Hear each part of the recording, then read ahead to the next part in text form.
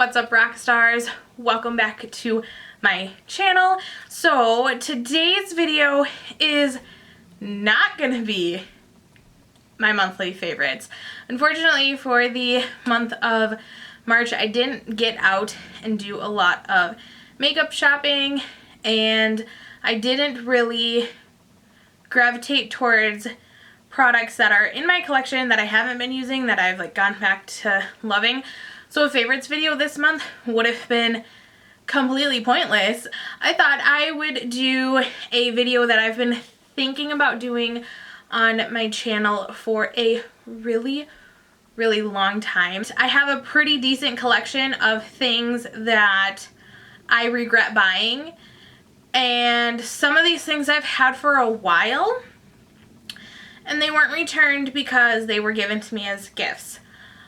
Other things I really thought I honestly liked when I first started using them, and a couple of things in here are even mentioned in favorites videos in the past. So without further ado, let's see some products I regret buying. So I'm going to start off with face products. The first thing that I have to share with you guys is something that I cringe that I did not return, and it is the Hourglass Immaculate Liquid to Powder Mattifying Oil-Free Foundation.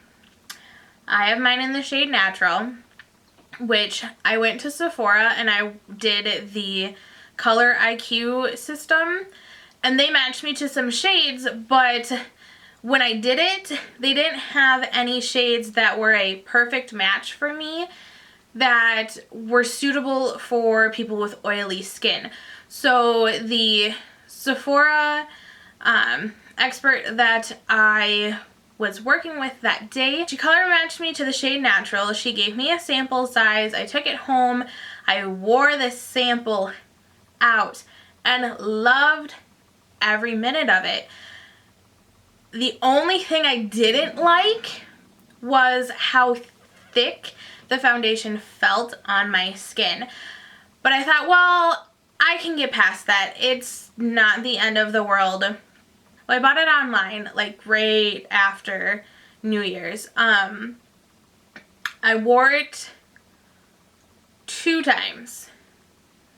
And not only could I still not get past how thick the formula was, it turned my face pink. This is a $65 bottle of foundation. I don't know what I was thinking not bringing this back to the store. I really don't. And I cringe every time I look at this bottle. Another foundation that I regret buying is one that actually was in my favorites video, and it is the Makeup Forever Duo Matte Powder in the shade $199. This is called Beige Rose. I should have known better based off of the name, because what color are roses? Red. So what color do you think this turned my face? Pink. This is actually, according to the Sephora Color IQ, a perfect match for my skin tone, which if you put it up to my chest, they match really well. The problem is that once this is on my face, it's going to oxidize because, again, I'm super oily. Everything oxidizes on my skin. So it goes from being the perfect cool toned matching foundation to that pinkish tone, I would say 15 minutes in, and then my oily skin starts to break it down, and it just looks so bad on my skin after that. I will finish this one, but I will not repurchase it. Another foundation I regret buying, I have 2 more. Foundation is just an awful beast for me.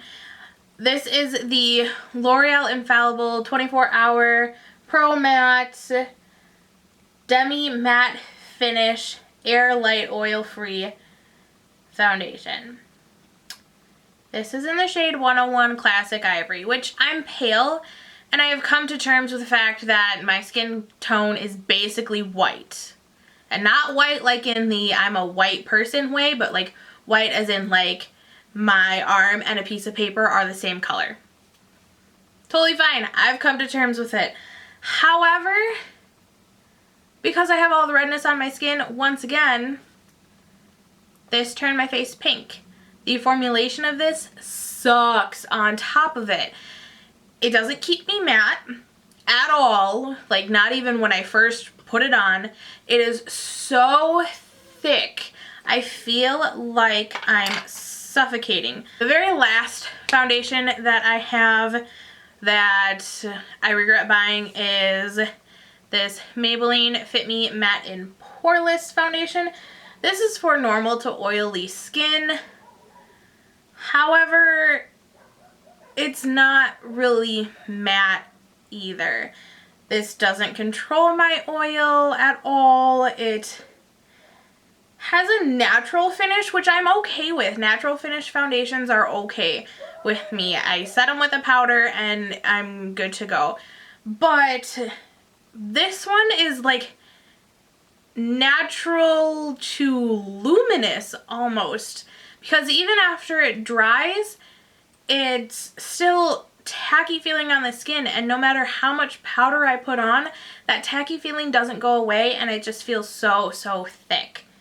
And again, the shade selection sucks. This little guy right here, this is the Besame Brightening French Vanilla Powder in Translucent. This is one of those items that was in a favorites video.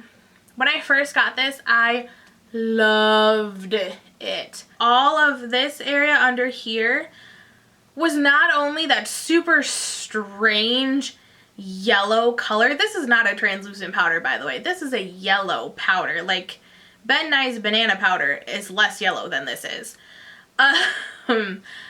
But anyways, it was also super drying.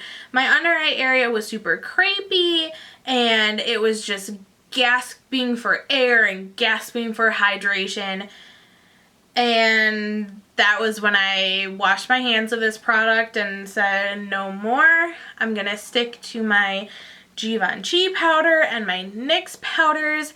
And I also have this guy right here, the infamous RCMA No Color Powder, which I have not dipped into yet. I want to use up some of my other products first. When I do dip into this, I will let you know if it's worth it. I'm super excited to try this out. Anyways, this is not a happy video. This is a sad video. Let's keep going. This is the Makeup Forever blush palette from the 50 Shades of Grey collection. So these are the three colors kind of swatched. I would show you on the back of my hand, but it's got a crap ton of foundation on it. I don't get any use out of it because I'm not a huge fan of the colors. There's also a lot of shimmer in both of the blushes, and because I have a lot of acne scarring, blushes that have a lot of shimmer just don't work for me because they just cling to my imperfections and you can see it all, and it's no good. So super disappointed in the Makeup Forever 50 Shades of Grey blush collaboration. The last face product that I have that I was disappointed in, I'm really sad I was disappointed in it because not only did I really want the product, but it was a Christmas present from Sean. And it is the Benefit Cheeky Sweet Spot. This is from the 2014 holiday collection. It looks just like this on the inside. So you have a dandelion, a Bella Mamba, a sugar bomb, a Rockateur, and a Coralista blush. You also have a Hoola bronzer and a What's Up highlighter, which the highlighter I haven't even touched because I was so disappointed in the pigmentation of these. They swatch beautifully, just like the regular full-size versions, but they don't go on my skin at all. None of them.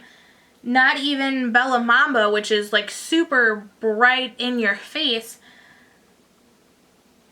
I don't know. I feel like I need to give this palette another chance because Sean bought it for me and he was so proud of, you know, being able to get me this for Christmas. He hunted it down because y'all know the holiday collections go first out of any product anywhere.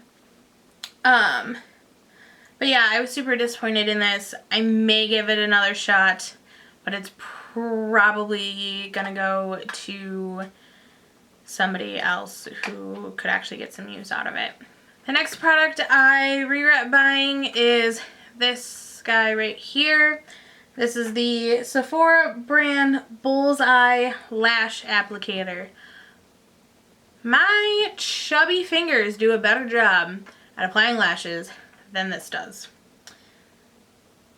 So, that's all I have to say about that, except for I'm so glad I did not buy the velour lash applicator because it was twice as much money, and I wanted to give this guy a go first and see if I liked lash applicators just in general before I spent the money on that, and I am so glad I didn't. The very last product in my products I regret buying series are these right here. These are the Anastasia Beverly Hills liquid lipsticks. I have the shade Heathers and the shade Vamp. I love these colors. The formulation of them I don't think is bad either.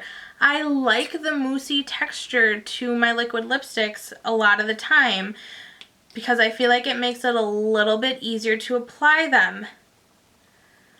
However, these have zero staying power. Bought these on Black Friday. They were in my Black Friday haul, and I believe I mentioned that if I didn't like these, they were going back to the store.